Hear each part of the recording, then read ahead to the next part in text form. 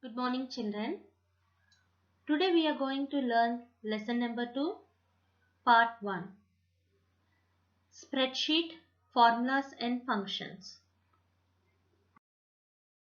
In this chapter, we are going to learn formulas in Excel, creating a basic formula, using compound formula, using formula on text, cell range, cell reference and its types, circular reference, cell reference of another worksheet, formula errors, functions, common functions, function library, managing worksheet. Before going to this chapter, let us know the introduction to MS Excel. MS Excel is a software used to create electronic worksheets. Excel document containing worksheets is called workbook.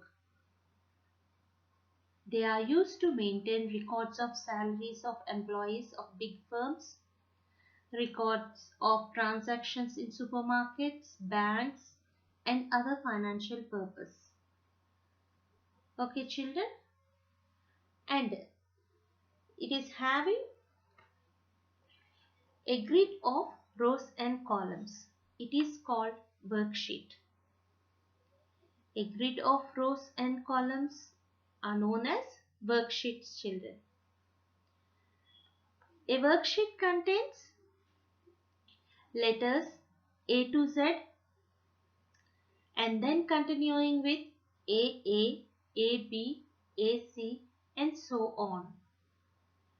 And the row numbers containing 1 to 10,48,576.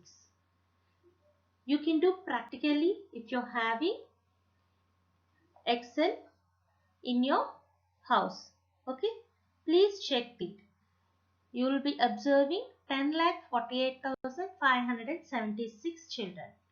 Understood? Let us now know about features of Excel. Functions and formulas.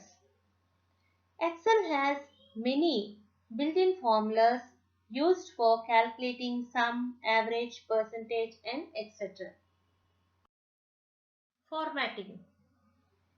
Excel provides formatting features like bold, italic, underline, text colors, text backgrounds, numbers, alignment, borders, fill protection.